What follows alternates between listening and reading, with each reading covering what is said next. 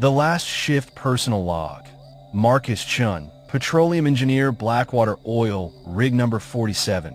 West Texas day, one of 14-day rotation, the helicopter disappeared into the heat shimmer, leaving me alone on platform 47 with nothing but endless desert stretching to every horizon. This wasn't my usual assignment.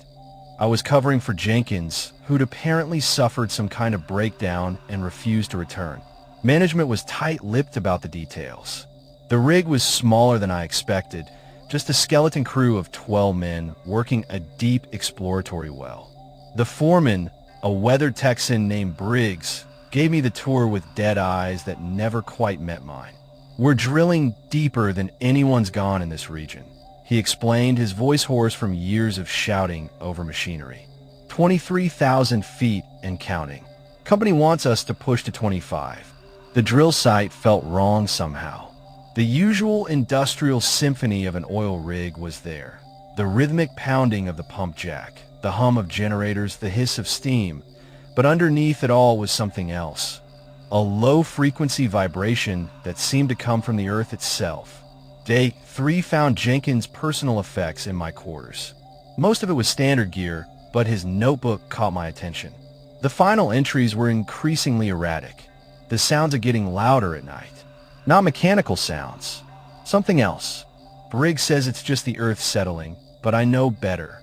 The earth doesn't whisper. They're coming up through the drill hole. I can hear them climbing. I showed the notebook to Briggs, but he just shrugged. Jenkins was losing it. Desert does that to some folks. Too much isolation, too much heat. But that night, lying in my bunk, I heard it too.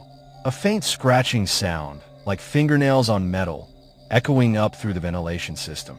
Day 5, the drill hit something at 24,847 feet. Not oil, not gas, not rock. Something that made the entire rig shudder and the drill bit scream as it was pulled down into the hole. We lost 300 feet of drill pipe before the emergency brake engaged. Equipment malfunction, Briggs announced to the crew, but I saw the fear in his eyes.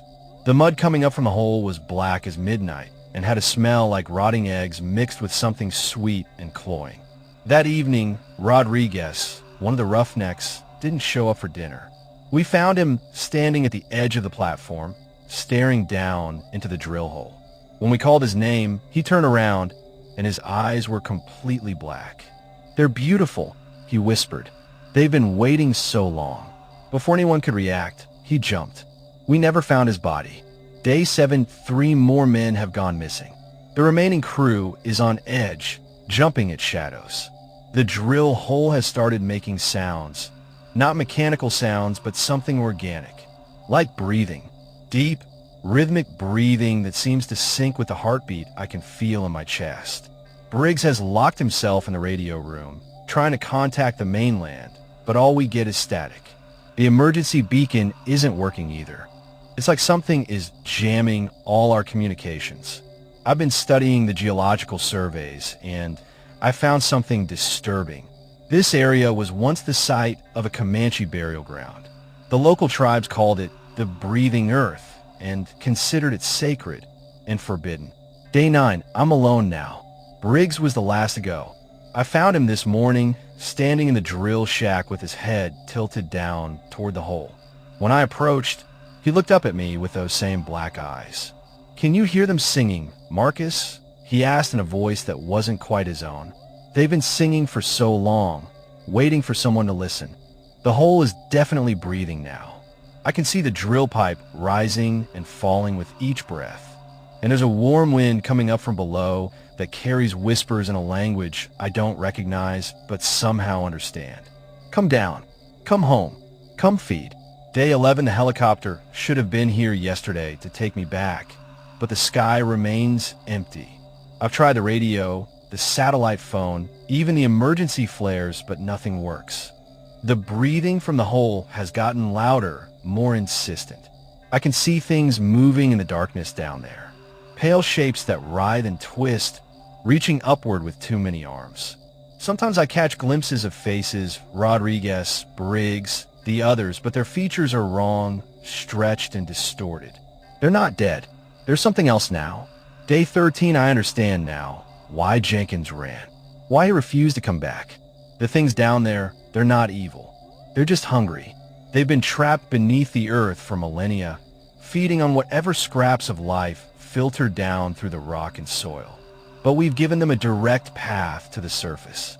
The drill pipe is moving on its own now, slowly pulling itself up from the depths. Each night, it rises a little higher. I can hear them climbing, scratching their way up the metal shaft with claws that spark against the steel. I should run.